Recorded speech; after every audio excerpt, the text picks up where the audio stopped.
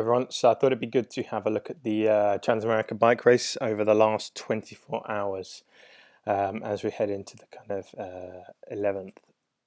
So what I thought I'd look at first was Peter Anderson. Now, what I thought was a tracker issue yesterday is sometimes trackers jump around and, they don't always update accurately. So you can't take everything as gospel.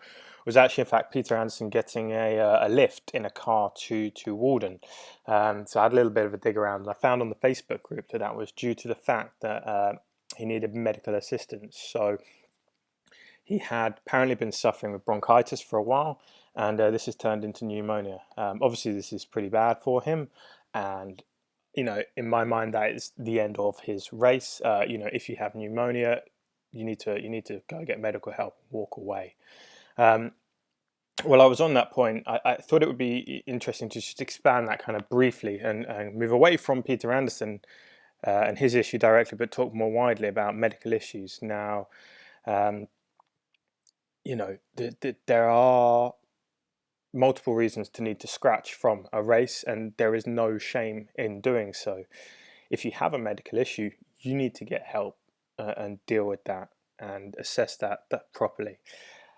You have one body and kind of one chance with that, and if you do, damage to yourself, you're not going to be able to come back and race again.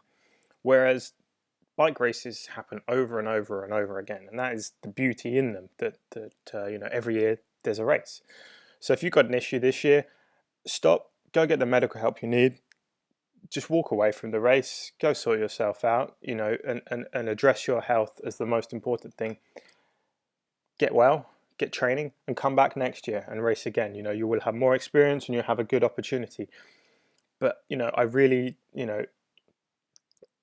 encourage people not to put themselves at risk from kind of permanent damage. So, a little twist of your, ankle, or some slight pain in your hands. Okay, yeah, continue. That's kind of manageable. There's not really an issue there. Just you got to assess that, on at the time. But bigger issues with your breathing or your heart, or your legs are completely swollen up and locked up. You're going to have to take some time out from the race and maybe just walk away from the race and come back. Now, I know everyone wants to finish, and there's always that drive to get people to finish, but take it seriously. Your health is way more important than finishing. And there is no shame in walking away if you're unhealthy. All right, so back to Peter Anderson. Let's hope he gets the medical help he needs, and he takes the decision seriously, and just comes back next year and has a good crack at it. And best wishes to him. It's never nice to see someone getting a serious issue like pneumonia. That's tough. So if we get this tracker going and we can start having a look. So if we speed this up just a little bit, yeah, we're going to see the others come out of Walden, and then Peter Anderson's going to stay there. You've got John Lester. The tracker. This tracker is being funny for me when I try and replay it at the moment. I'm not really entirely sure why, but it keeps jamming here. So what we'll do is we'll just go live, and then I'll explain what happened because there's some issues. So, okay, we swapped to live, so you can see, Peter Anderson still there, Bo Dudley and Donna there. That's Leo's record as well.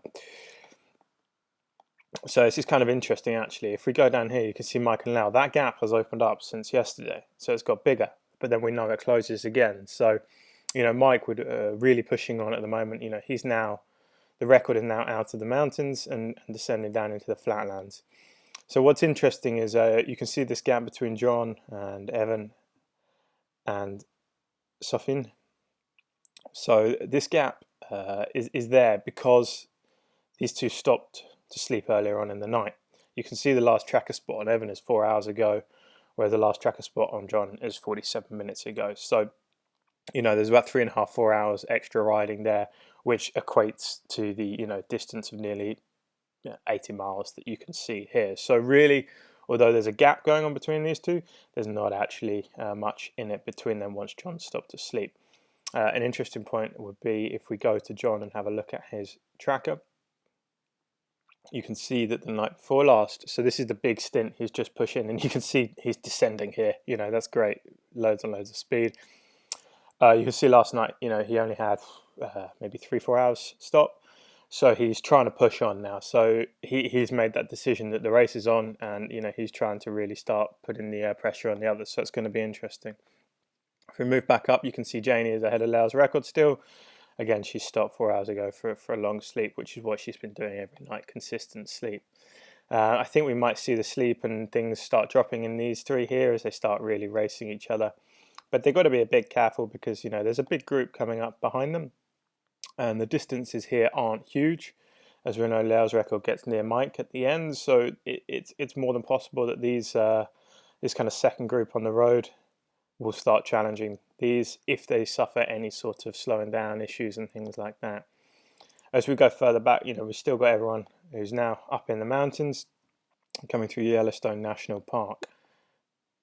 Thought it'd be interesting to just pick out a rider I know who has been having some issues from the start, really.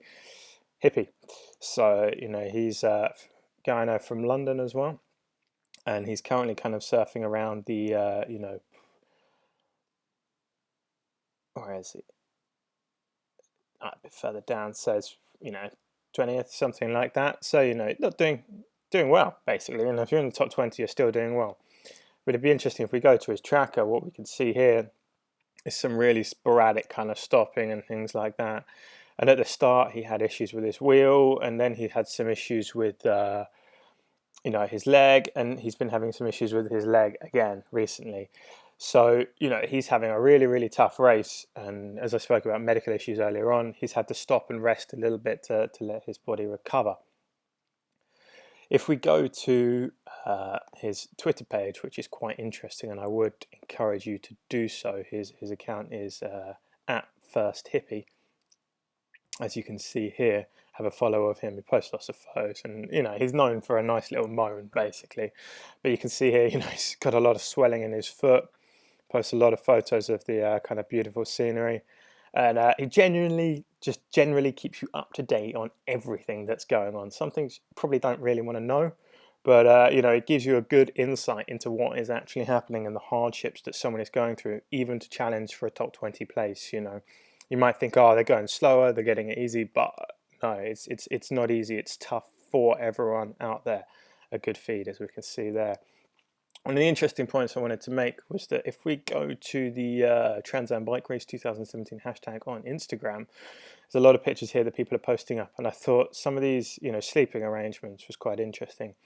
As we've seen, some of the top guys have been staying in motels and things like that. Often they're carrying a bit less. They haven't really got the sleeping equipment, and they just want to get a good rest. But you can see here a bunch of guys racing. They're all kind of sleeping in this maybe barn or something like that on their bivvies, and generally getting a pretty tough night's sleep. So there are different ways. People can sleep different durations, but they can also sleep in different locations, and people like to do different things. So there's not a right or wrong with that. It just depends what you like to do. Again, you can see people sleeping out in the dry here on this porch. You see their sleeping pads and their kind of bivvies, pillow, bit of luxury there. No sleeping bags really, just bivvies. So this is good to have a look on here and see what people are up to. It might be worth noting, this is Mike Hall back in 2014 arriving at the Newton Bike Shop. Now this is a bike shop kind of midway in the course. It supports all the riders, so it's not considered an unsupported third party. They support everyone, and they're open 24 hours a day. They also have a webcam going on there, so you can see riders as they arrive. And if you Google their website, then you can bring that up and find that on there. Here, Newton Bike Shop. They're also on Facebook as well. I think they're actually going to be doing Facebook Live this year, so it's worth checking that out. I'm sure if you're following anything, then the links will go up. One thing worth pointing out is this guy here, Doug. Right, I found this on the Facebook group. It's a really good place, Trans Am Bike Race Facebook group. It's a really good place for information. Now, Doug, why am I pointing him out? So you might remember that on the first day, I said about generally everyone going from west to east, but one guy going east to west against the headwind, Doug.